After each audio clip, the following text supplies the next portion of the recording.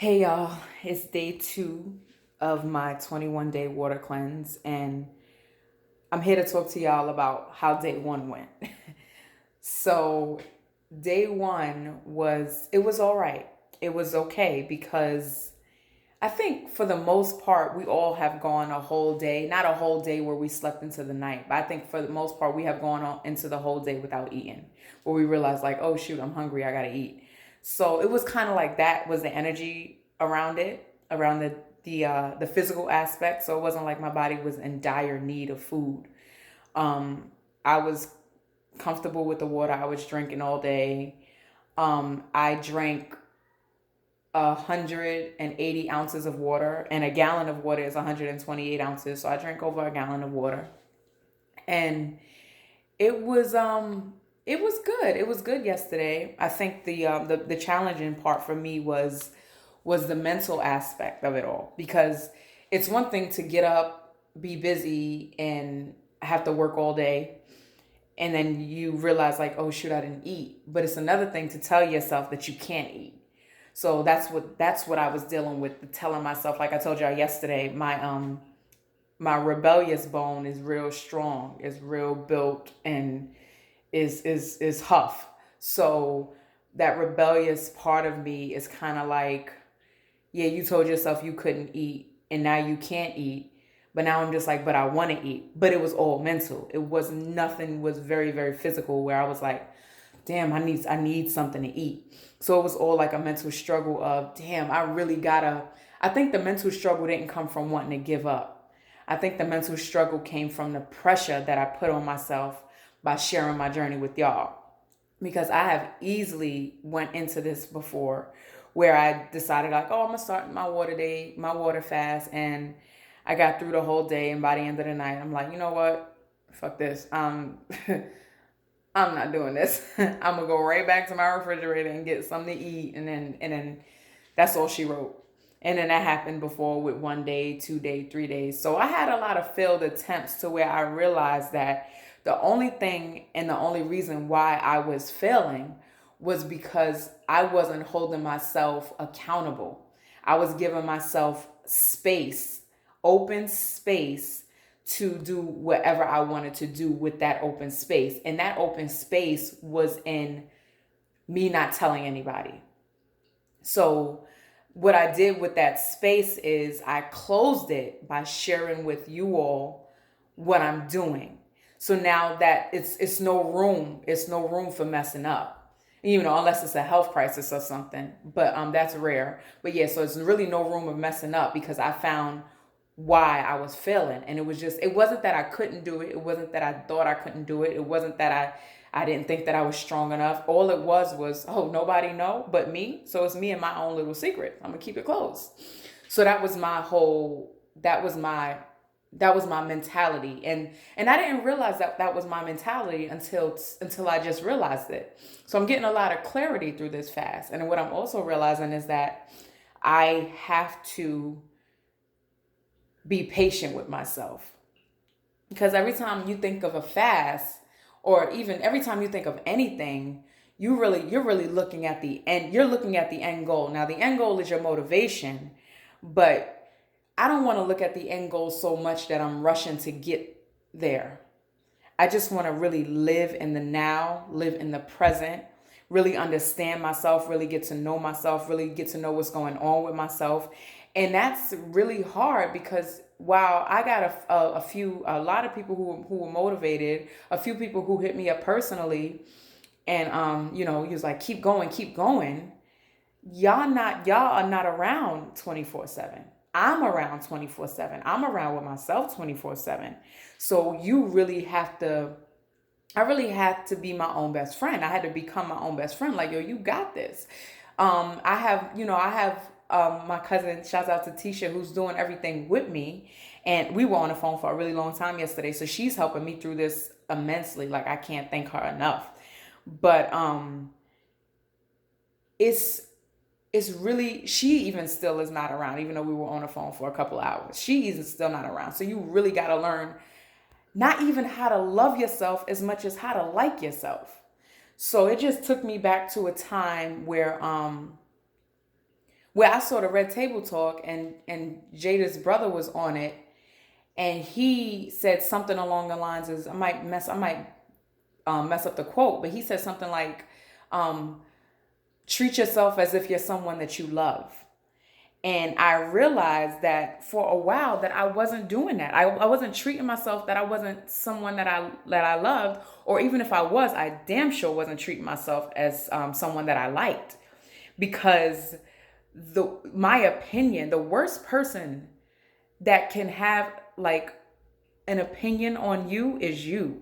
You are your own worst enemy, because the way we self-criticize, the way we self-ridicule ourselves, it ain't no space for that in this 21-day fast. It's no room for it. You got to close them gaps. Just like I had to close the gap of how to initiate it and how to get through it and how to actually, mentally go through it without saying, all right, cool, nobody knows. You have to start closing gaps. And I'm learning that the number one gap that I have to close, or that I had to close, was the shifting of my self-talk. Because yes, I'm very positive. If you talk to me, I'm a very positive person. I can give you advice that'll help you to the end of time.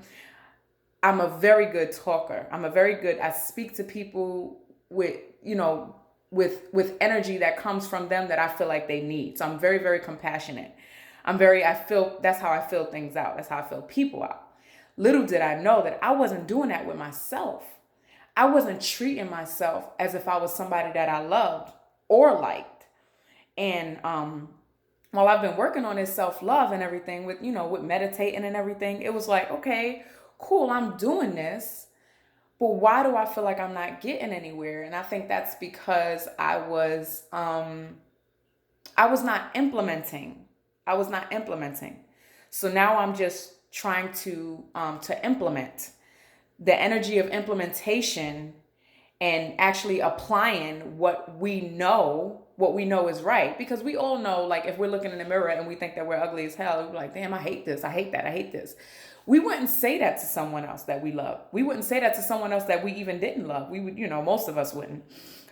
We would say, girl, you got this. Like, stop being so hard on yourself. Like, chill out. Like, take it easy. Like, it's not that real. Like, it's do what you got to do to get where you got to go without all of that. Ain't no need for that negativity when it comes to that. And we would easily say that to people that we love, that we like. Even to some strangers, we would easily say that. But do we say that to ourselves? So with this fast, I realized, like, oh, it's no room for self-bashing. Even the subtle ones, even the whole subtle self-bashing is, I don't feel so good about myself. Let me not look in the mirror. That's a subtle bash. Like, why ain't you going to look in the mirror? You're pure. You're pure. You're exactly who you are. And if you don't like the image, if you don't like the reflection that you see, then change it. And the reflection that you see, it can't be changed with aesthetics. Like, I could easily put on a face full of makeup and be like, okay, be more presentable, get rid of my glasses marks, get rid of my, my dark circles under my eye. I could do all of that. I could do something with my hair better and everything better. But what does any of that mean if you are not reconstructing yourself internally? If you are not rebuilding yourself eternally? I mean, it's the same way. I mean, we all are vehicles. If you want to look at us all, we're vehicles. And a part of that vehicle is, you might have a pretty car, but how is your engine working? How's your engine running?